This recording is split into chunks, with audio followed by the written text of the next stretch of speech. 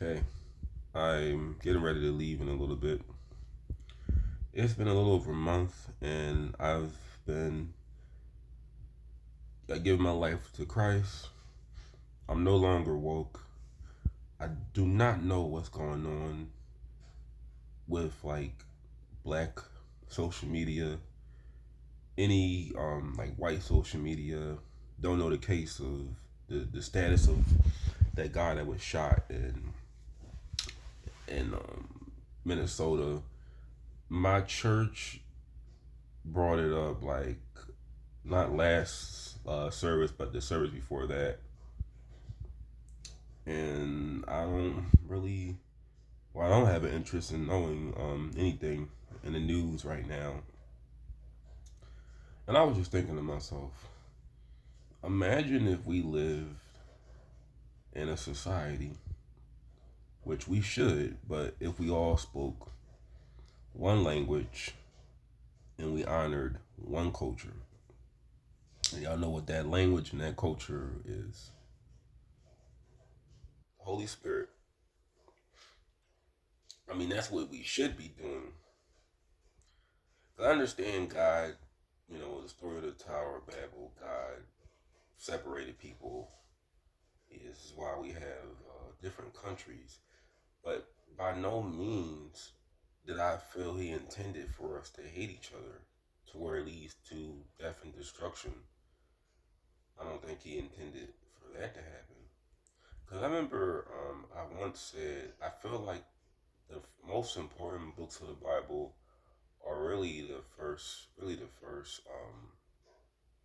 10 pages, really the stories of creation, of the world's creation, and Adam and Eve. Those are like the most important stories. But I feel like it's more stories that I need to read. But I'm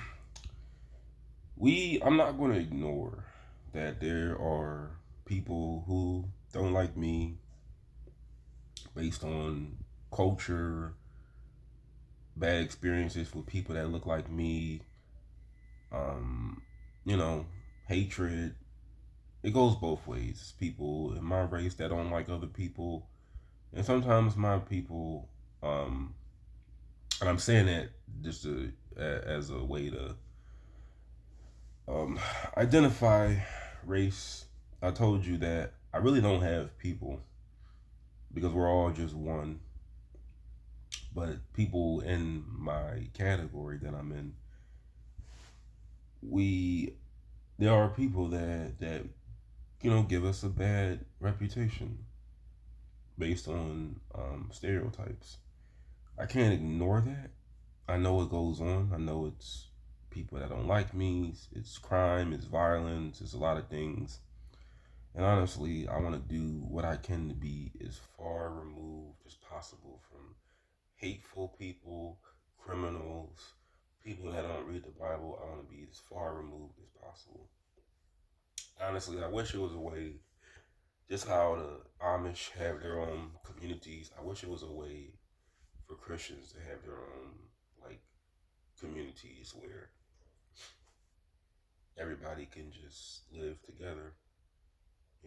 Obviously will work, but I mean like everybody like just how the Mormons have like Arizona and Utah. We just need our own state.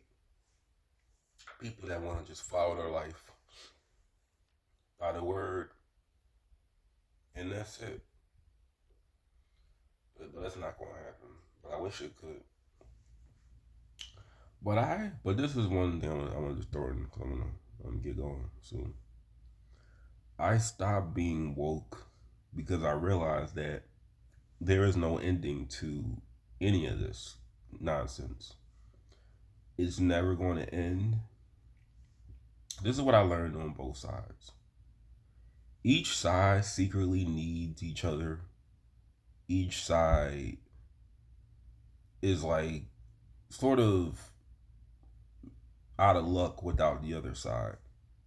It's like if you don't have white people, you can't cry about racism. And if you don't have black people, You don't have nobody to throw in jail. You don't have, and I know that that sounds unrealistic, but think about it. If you don't have any black people, like the ones that commit crimes, who, like there would be no need for like these movements. Like you don't have any. If black people stop doing what white nationalists want to see be done, if they stop doing it tomorrow, they wouldn't have nothing to really talk about. I mean, maybe they'll move on to like the next group. They'll complain about the next group. They'll find something else to complain about. But that's what I'm saying. Their whole movement dies off whenever whatever group, like I said, if there was no racism, Black Lives Matters have nothing to talk about. And if there were no stereotypes, white nationalists have nothing to talk about. That's what I'm saying. They'll either find something else. But I'm like, that's my point right there. There's no ending to none of this stuff. There's no ending to it. So it's better to just leave it alone and just follow the word. And honestly, it's just like I'm glad I put that stuff to the side because imagine this too. If you put your whole life towards a struggle that really, honestly, it doesn't matter at the end of the day. I told you, goodness and evil are the only things that matter in this world. What side are you going to work? What side are you working for? The world needs to spread goodness, purity, holiness, divineness. We need to fight evil. We need to fight wickedness. That's the only thing that matters in this world. And you're going to be judged on how much goodness you consume and how much evilness you consume. God doesn't care how much social justice work you've done for a cause that really means nothing. Because I've said this. Here's one thing I want to say, and I want to get my food. Every case always involves somebody that isn't following the word. They aren't living their life correctly. From Rodney King, George Floyd, um, I don't have to. I could go on. The list goes on. But most of these people, their decisions caused them their early demise. I know Rodney King didn't die from police, but it was rumored that he was on drugs. You know, it was said George Floyd had drugs in his system. Um, the other dude that was um, that was killed by police. I'm not saying people deserve to die, but you are advocating for men.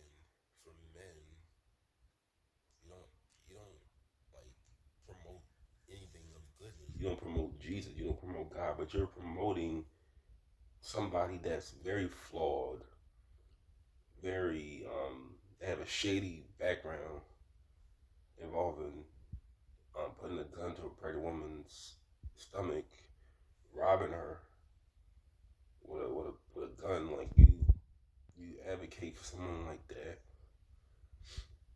But I'm glad I put aside the news and all that stuff because it's a waste. That's why I said I wish we all just spoke one language and we honored one culture, and that's Jesus.